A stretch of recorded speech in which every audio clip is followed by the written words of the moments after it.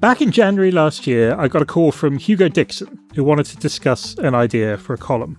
There was nothing unusual about that. Regular listeners will know that Hugo co-founded Breaking Views, was its editor-in-chief for 12 years, and still writes for us regularly in his capacity as commentator at large. What is unusual, however, is what happened next.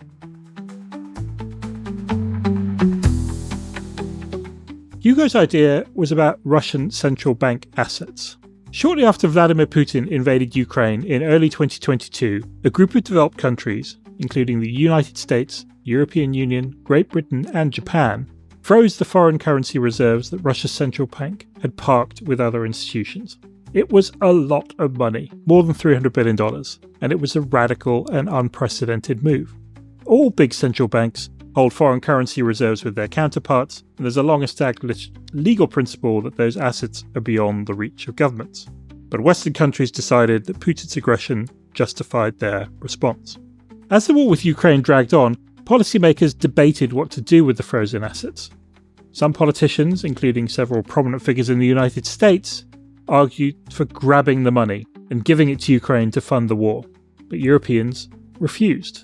Freezing the cash is one thing. After all, you can always unfreeze it later. Seizing the money would be irreversible. And this is what Hugo wanted to talk about when he called on that January morning in 2024. What if, he said, rather than seizing the money, we lent it to Ukraine? Most international lawyers agreed that Russia's invasion of Ukraine was illegal, and so there was a strong chance Russia would eventually be required to pay compensation. But Ukraine needed the money right away, so why not lend it the cash as an advance against future reparations? I have to admit, as we talked through this idea, I was sceptical. It sounded like a clever financial wheeze, but the hurdles to making it happen seemed immense. Still, Hugo wrote his column, Breaking Views published it, and I went back to thinking about other issues like inflation and the upcoming presidential election. But Hugo kept pushing his idea. He fleshed out the concept with the help of Dalip Singh, the former Deputy US National Security Advisor, and the renowned lawyer Lee Buchheit, a veteran sovereign debt expert. As Donald Trump replaced Joe Biden in the White House, Hugo kept going. And earlier this month, something extraordinary happened. First, Ursula von der Leyen, the President of the European Commission, publicly endorsed the reparations loan. And 2 weekends ago, European Union finance ministers debated the concept. So an idea that seemed a distant long shot less than 2 years ago now has a real chance of being put into practice.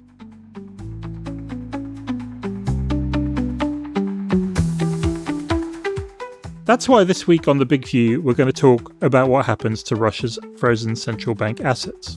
It's what we do at Reuters Breaking Views. We tap our best sources around the world for fresh insights into the biggest questions in business, finance, and economics.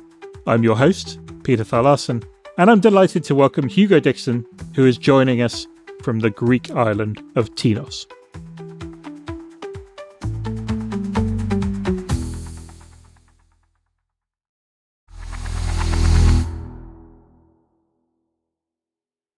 Hugo Dixon, welcome to The Big View. Hello, Peter. Nice to be back.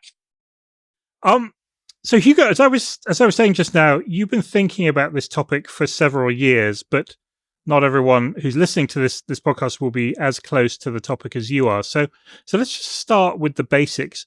First of all, where actually are these frozen central bank assets?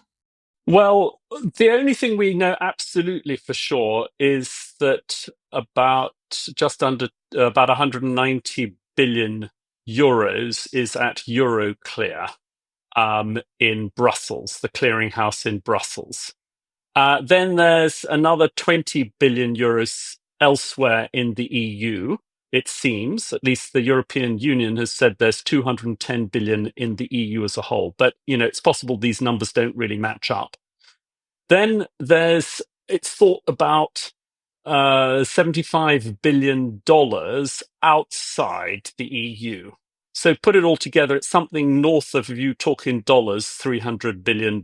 And of the bits that are outside the EU, the biggest chunk is thought to be in Japan, perhaps $50 billion. There's also quite a big chunk in the UK and in some of our sort of island fiscal paradises.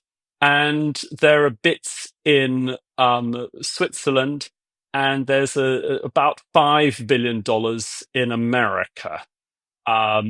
We don't have an exact number. Some people think it might be as much as 10 in America.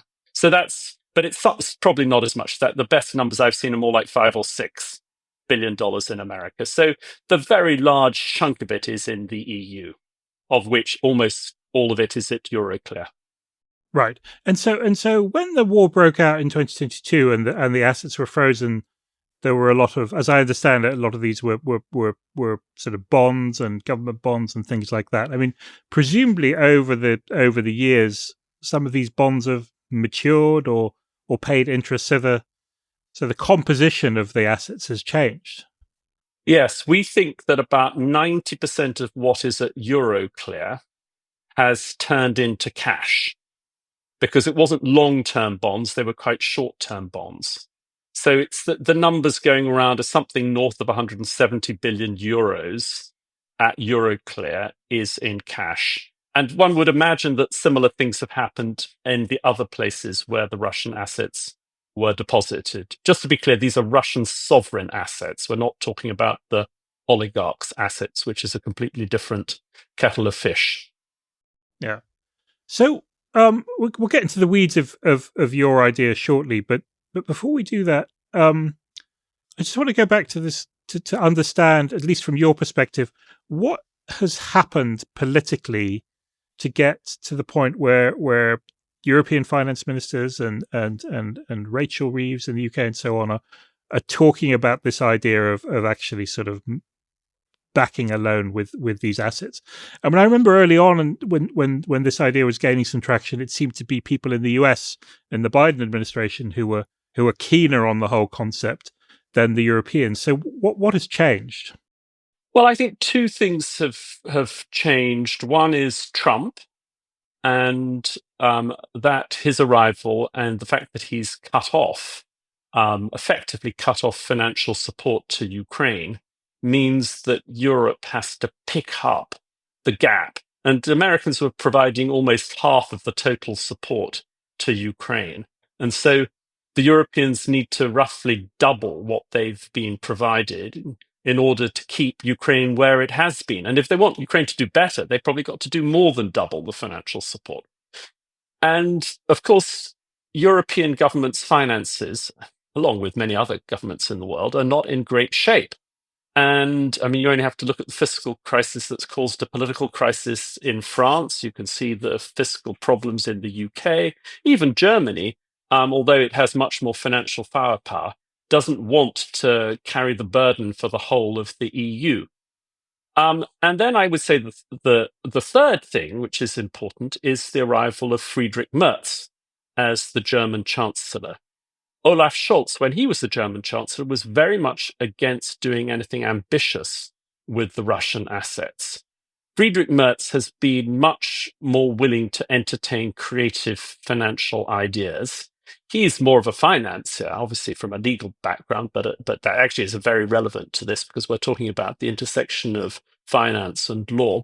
And he's also been willing to be more bold in terms of supporting Ukraine. And so I think his arrival and actually his coalition agreement before he took office talked about working with allies to use the frozen Russian assets to help Ukraine. And so I think that was an important change. And then finally, the other thing is that we came up with a new mechanism.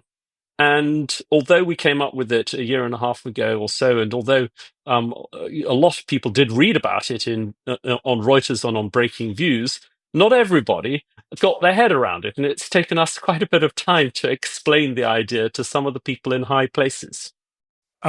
Yeah, so let's maybe just a bit of history would be helpful. I mean, so because it's not completely unprecedented, is it, for governments to try and purloin or grab or use sort of central bank assets from other countries? I think the US, had frozen and tried to use some Iranian assets, I believe, and there was also, was it Venezuela or one of those countries where there was also a similar idea. So how how unprecedented is what you're trying to do here, or to what extent is there some sort of historical precedent for it?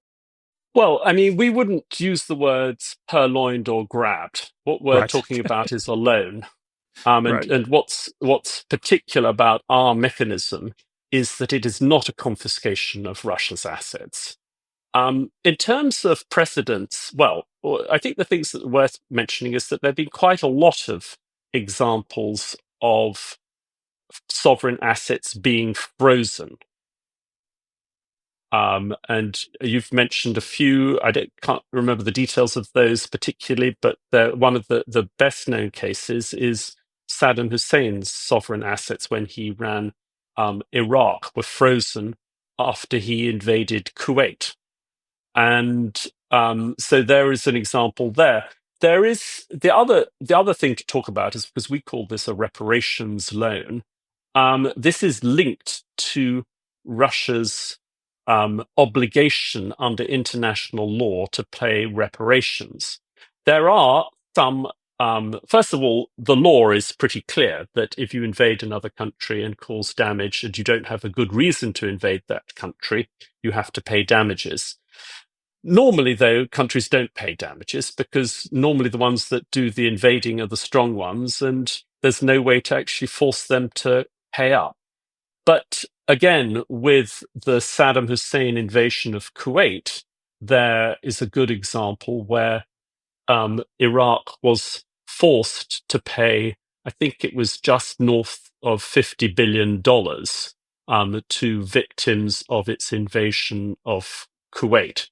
So you've got those sorts of examples. Then you have to get into the specifics of well. Let me give you another important example or linked point, which is that in the Iraqi Kuwait example, the UN Secretary, the UN Security Council, passed a resolution requiring an international compensations commission to be set up, which then looked at the evidence, looked at the size of the damages, and made its awards. In this case, we don't have the UN Security Council because obviously Russia has a veto. But what we do have is we have the UN General Assembly, which passed a resolution calling for such a compensation commission to be set up. And the Claims Commission earlier this month, the draft treaty to set it up was agreed by the countries that were part of the negotiation. So there's no exact parallel, but you can sort of find bits of what we're talking about, elements of it, and we've sort of taken these elements and knitted them together in a different garment. So, yeah, the reparations point is interesting, but just to come back to the sort of the distinction between grabbing the assets and making a loan against them. I understand obviously that governments are very reluctant to seize the assets, but a loan is different. I mean, this might come across to people who are looking at this for the first time as a bit of a lawyerly distinction. I mean, surely whether you grab the money and give it to Ukraine or you lend money to Ukraine, I mean, in both cases, the money's kind of gone, isn't it? No, well, so I need to explain what a reparations loan is. The key principle of a reparations loan is that Ukraine only has to repay it if it receives reparations from Russia. So it's not a confiscation of the money because Russia can get its money back so long as it pays war reparations. So whereas in a pure confiscation, it could never get its money back. And so, but obviously those reparations depend on this tribunal or an international tribunal, as you discussed, ruling against Russia that it must pay damages to Ukraine which will presumably take a long time to get to that point. Well, yes, it might take a long time, but I mean, I hear them that they seem to be moving a bit faster than I was expecting them to move. They seem to have their skates on, but I think we are talking about a few years, at least a few years. and of course, it depends how long this war goes on, because the damages are mounting month by month, and the claims that Ukraine will put in, I think it's going to put its claims in somewhere around the end of the year. That will only be provisional claims, because it will presumably reserve the right to update them to account for any further damages that Russia causes in any subsequent years of the war. And so you said, okay, so Ukraine would only have to repay this loan if Russia paid it damages, which sort of makes sense. So what happens if if damages are awarded against Russia and Russia doesn't pay? Then what happens to the loan? Okay, so now we need to get into the weeds, and Right.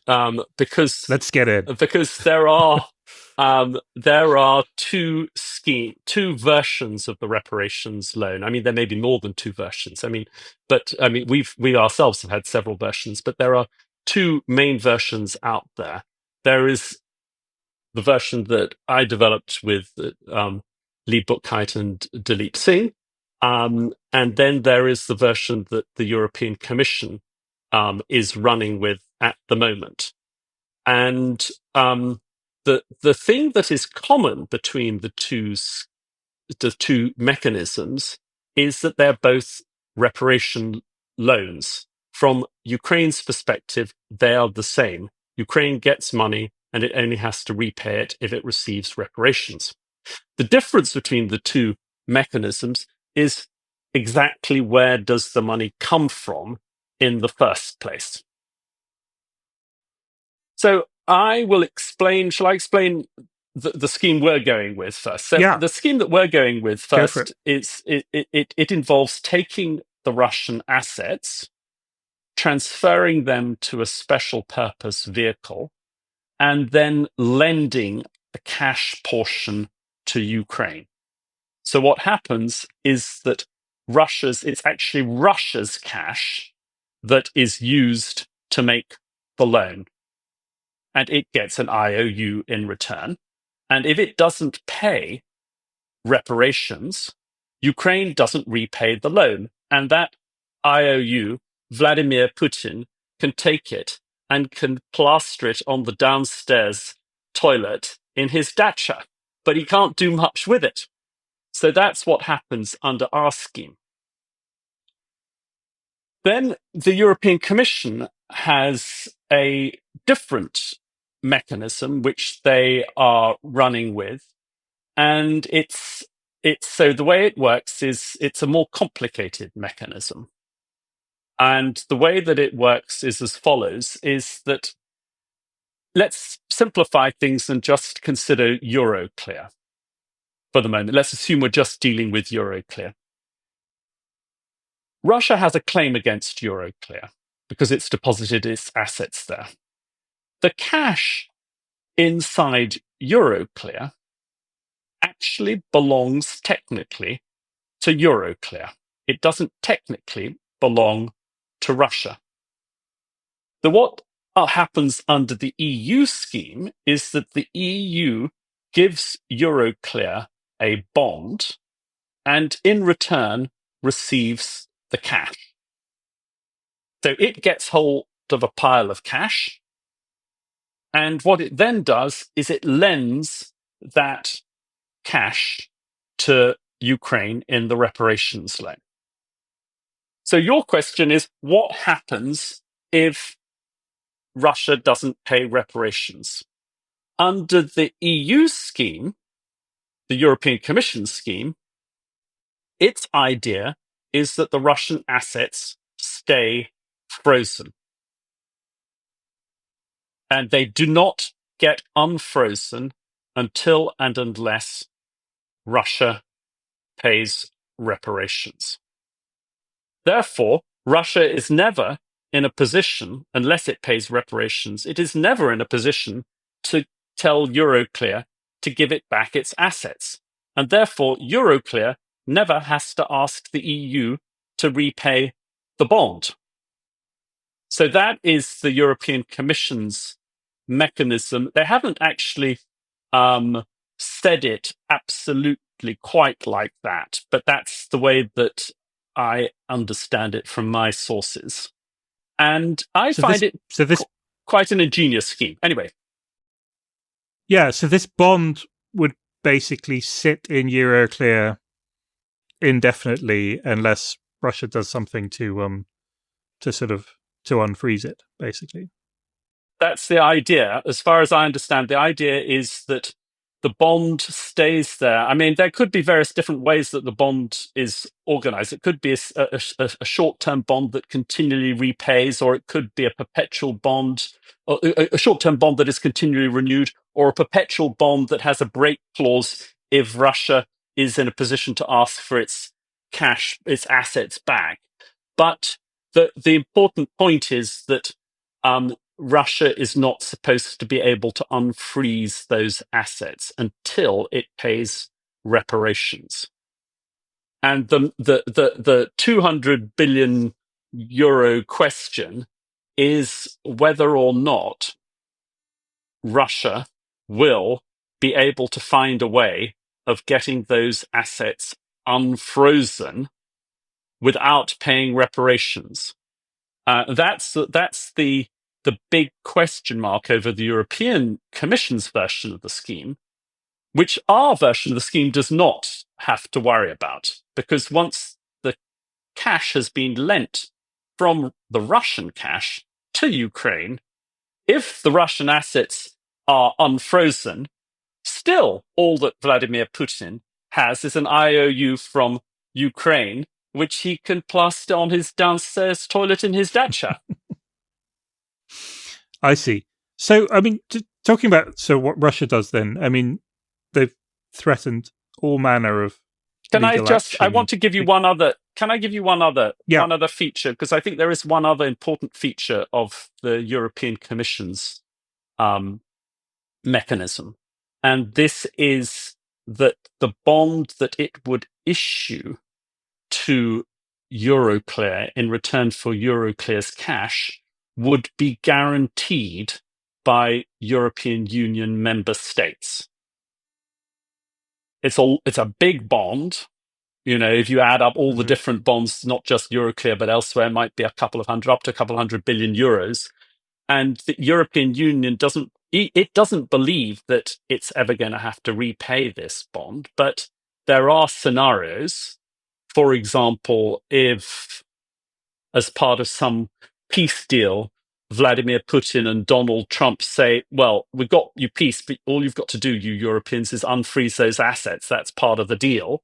Or some other scenario where the assets are unfrozen, the EU, the European Commission, needs to be able to repay that bond. And because it won't have the cash, it's therefore asking its member states to provide a guarantee for that bond. So that's a very important extra feature. Again, our version of the scheme, although I rather like the EU's, it's quite ingenious, but it does really hinge on being able to keep these assets frozen through thick and thin, potentially for several decades. yes, I see. Okay, that's helpful. So let's talk about Russia then. I mean, they've threatened all kinds of legal action against EU governments and the European Commission and everybody else if this goes ahead. How seriously should we take that threat? Well, they've threatened all sorts of things when the assets were frozen in the first place, and said that that was against international law, and they don't seem to have done very much. I suspect that they will huff and puff, but if they want to bring a legal action, say they bring it against the European Commission's plan, what are they actually trying to block? They are essentially they would be essentially saying something like, it's not legitimate for Euroclear to swap Euroclear's own cash for an EU bond because ultimately that bond might never get repaid. And if it never got repaid because the EU didn't have enough cash, once Russia is free to unfreeze its assets, Euroclear would go bust and it would be in a bad position. It's a pretty far off I mean, legal action that they could bring, it seems to me, in that case. Um, they could have tried to bring a legal action against the freezing of the assets, because obviously they get out of jail and get their money out if they can unfreeze the assets. But they haven't done that for 3.5 years, presumably because they think it's not going to be possible to win a legal action. If they do want to, if we go with our scheme, the one that the version that we've proposed, they would presumably try to bring a legal action against the investment of their cash in the Ukraine reparation loan, and they would say that that was an illegitimate investment or something like that. But our argument is that it's perfectly valid use of their cash, because it is backed by nothing less than Russia's own obligation to pay reparations. And the only way it doesn't get repaid is if Russia fails to follow international law. So it could probably do all of those sorts of things. And of course, then the other thing it could do is it could retaliate in other ways, and it could confiscate Western company corporate assets inside Russia as a form of retaliation. But it doesn't have a legal basis for doing that. Whereas we do have a legal basis for making this reparations loan. And if it did confiscate those assets, I mean, they're pretty much frozen anyway. Most Western companies in Russia can't do very much with their assets, and they can't take much cash out of Russia. So there's sort of, and if Putin went the whole way and went to confiscating those assets, he would be putting Russia in an incredibly bad position for the post-war situation. How is he going to persuade Western investors to invest in Russia in, say, 5 or 10 years' time? Maybe he doesn't care, but maybe some of the people around him care. There is so there is also a concern, which I've heard from various central bankers, among others, is that there is a threat here to the euro's appeal as a reserve currency. That, I mean, I take your point about the sort of the legal precision of what's being done here, but just sort of sends a signal to other countries who might be wanting to keep some of their assets in euros, especially now that kind of the US and the dollar is less reliable, that this might send a signal to them to say, actually, you might want to think twice about keeping your money in euros, because you never know what they might do to you at some point in the future. How do you respond to that? Well, it seems to me that if you're planning to launch an invasion of another country, it might not be very sensible to put your money into euros, particularly if you're planning to invade a country which is, in Europe. And so I think you would say, but I don't see many other countries apart from Russia that are likely to invade any countries in Europe, apart from perhaps the United States, if it invades Greenland, which I think in some technical sense is part of Europe. But so that's the first thing. The second thing is that we've had this freeze. And there's been no sign of any sovereign investors taking their money out of Europe after the money was frozen. There are not many places they can put their money. And particularly I mean, in this case, I think the coalition is definitely going to go beyond the EU to include the UK. Very likely that there'll be Canada. Then there's a question of whether you could get the Japanese and the Americans and the Swiss on board. But if you can do all of that, you've pretty much locked up all of the hard currencies.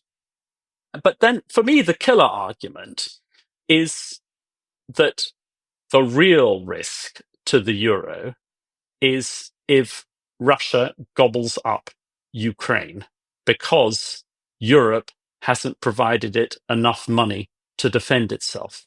And that would then be an existential threat to the euro. European governments would have to jack up their investment in defense much, much more than they're currently planning to, which will put a lot of strain on European bond markets. And there's quite a high chance that if Putin wins in Ukraine, he'll have a go at something like Estonia, which happens to be in the Eurozone. And if the European countries can't defend Estonia, I think that could be the death knell to the euro. So I think people who are worried about sovereign funds taking their money out of Eurozone assets because we've made a reparations loan, they are completely barking up the wrong tree. They're actually ignoring a far, far, far bigger risk to the single currency. Okay. One other sort of practical question. I mean, the use of the word reparations implies that the money is being used to rebuild Ukraine. And I mean, you talked a bit about sort of some of the numbers that are flying around, but there is a tension here, isn't there? Which is that if we unlock this money now and give it to Ukraine, it will presumably be spent primarily on arms and defense equipment and, you know, plugging the big holes in the Ukrainian budget deficit. Is there an issue that when the war ends, that then there's no money to rebuild Ukraine? Look, we call it a reparations loan not because the money would be used to rebuild the country, but because it only has to be repaid if Russia pays reparations. But your point about is there going to be money left over? There might not be much money left over. But if Russia wins this war, there are not going to be any reparations, and there's not going to be any rebuilding of Ukraine. And Ukraine is going to be condemned to generation after generation of misery upon misery. Yeah. So maybe just one final thing, just to finish up here. You kind of made the point forcefully in a recent column for Breaking Views that the key thing about all this, even though there are these multiple ideas of how to do this stuff, but that the really key thing for Western governments was to get on with it. So can you just talk a bit about the sort of the urgency of this scheme and what might happen if it doesn't go ahead? I mean, it's just being under discussion for several years now. How important is the timing in all of this? Well, the first thing is that that Ukraine is going to face a cash crunch early next year. So and if this scheme doesn't happen, then Ukraine's financial supporters are going to have to find some other mechanism. So, and of course they might. I mean, there's always a chance of drip feeding cash to Ukraine. But the drip feed of cash is not nearly as beneficial as providing a huge chunk to Ukraine and showing that Ukraine can fund itself for many years to come if it has to. And the benefit of that is, I mean, I would say there are four main benefits to that. One is it will be a big signal to Vladimir Putin that he's not going to be able to win this war the easy way just because Ukraine runs out of cash. The second message is to Donald Trump that Europe actually is a player, and it's not going to be easy to marginalize Europe in future peace talks, as they were marginalized at that summit between him and Vladimir Putin in Alaska in August. The third thing is will be a big boost to Ukrainian morale, which is suffering. And this will be a sign, my God, okay, we've got some real, at least strong financial support. And the fourth thing is it'll be a very powerful signal to both the Ukrainian and the European and the broader Western arms industries that there's a lot of cash here that's coming to Ukraine. Most of it will be used for weapons. And now, therefore, is the time to gear up and expand your factories so that you can produce more weapons in bulk at lower cost and enjoy economies of scale. So I think that there are, quite apart from the immediate cash crunch, which you could circumvent by some more drip feed, there are these 4 other big reasons for going big and fast. Okay. Well, I think we have to leave it there. But Hugo, this was great. Thank you for coming and giving us that very comprehensive and forceful explanation. And I'm sure we will hear more from you on this topic in the not too distant future. Thank you very much, Peter.